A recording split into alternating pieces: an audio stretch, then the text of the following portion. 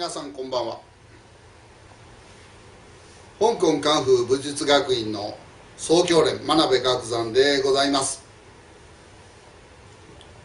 今回は好評をいただいております正面と解説シリーズその5というわけでございましてね、これから技法の方に入ってくるわけでございます。これまではイージー・キム・ヨンマとかサウ君とかファン・ゾンセとかそういう感じでしたけど、やっと技法に入るわけですね。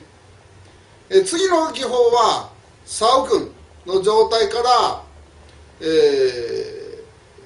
春拳の少年との場合は必ず左側から技を出して次同じことを右側でやります。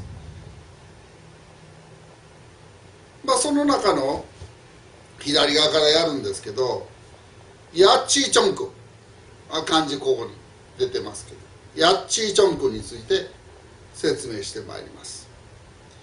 いわゆる月1回こう出すだけですが、これが一番打撃系格闘技でございますので一番大事でございます。基本突きできなかったら何もできない。拳法なのにつけない、そんなんじゃ話にならないですね。しかしうまいことできてる人はほんの一握りに過ぎないのが現実でございます。ではどういうヤッチーチョン君が良くないのかっていう感じですが、まず英春拳の軌道の基本、これは支点、始まる点ですね。で終点、終わる点ですね。この2点間を直線に動くという軌道が大事なんですね。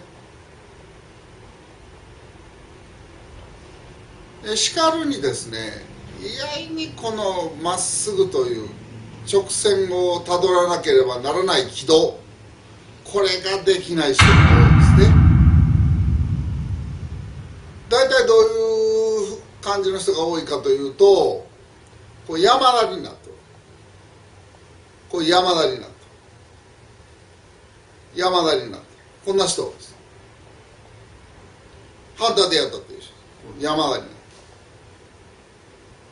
これはトイレノックするやり方でありまして、つくというやり方ではありません。当然威力もありません。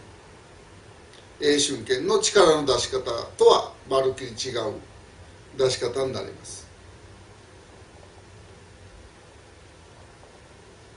英春拳の場合は本当に直線を目指さないと、この視点からぐーっとまっすぐ、この拳がまっすぐ到達点、最終地点までの軌道、拳がたどるように打ちます。でこれで当たってこそまっすぐの力が相手に与えることができる。つまりダメージが芯の方にグッと入るように打てるわけですね。しかるに見てたらこんな人ばっかりです。これではダメですね。もう一回言いますよ。支点から最終地点までまっすぐの軌道、これを目指さないとダメですね。ですから構えるのもこのお乳とお乳との間、これ、イップマン区決でも言いますが、クンヤウサンファ、つまり剣は心中心から発する、これが基本でございます。クンヤウサンファでまっすぐ軌道、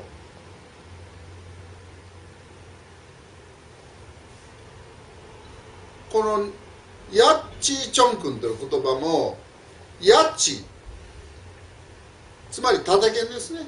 縦剣を漢字で書いたら火みたいになってますわね。この形にヤッチーというのがこの縦剣の形ということです。でチョン君のチョンは、中心を貫くという意味です。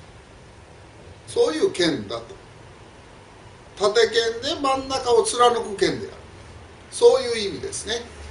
ヤッチーチョン君、チョンはオフと書く場合もありますし、衝撃の衝と書く場合もあります。それはどっちでも一緒です、意味合いは。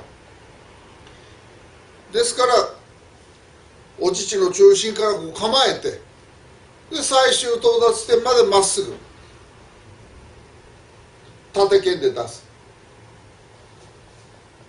こういう剣だということですね。これが詠春剣の相手の方向に出す力の基本です。これが主形が変わればこれピューサーになる、主形が変わればこれ短さになります。しかし相手の中心に向かって力が向かっているということに関しては一緒になります。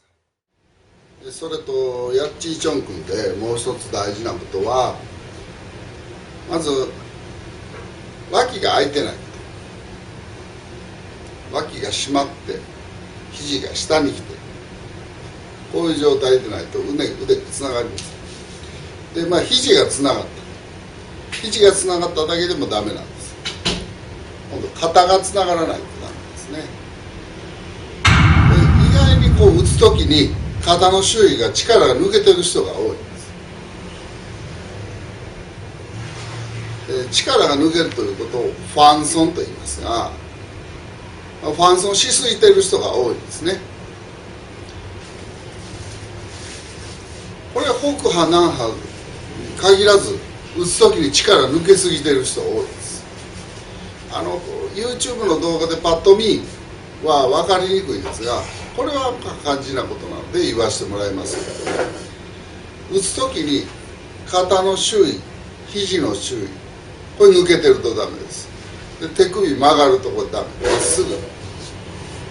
まっすぐの力で、このまっすぐの力を受ける肩、これの力の抜けすぎてる人が、抜けたまま打ちますと目的を到達した時に当たりますね。当たった時反作用が来ます。反作用が来た時にここで力がずっと逃げてしまいます。ということは威力に重大な問題が生じてしまう。打っても効かないということですね。そういうことを注意していただいて、YouTube 動画の方を見て吟味していただきたいと思います。ありがとうございます。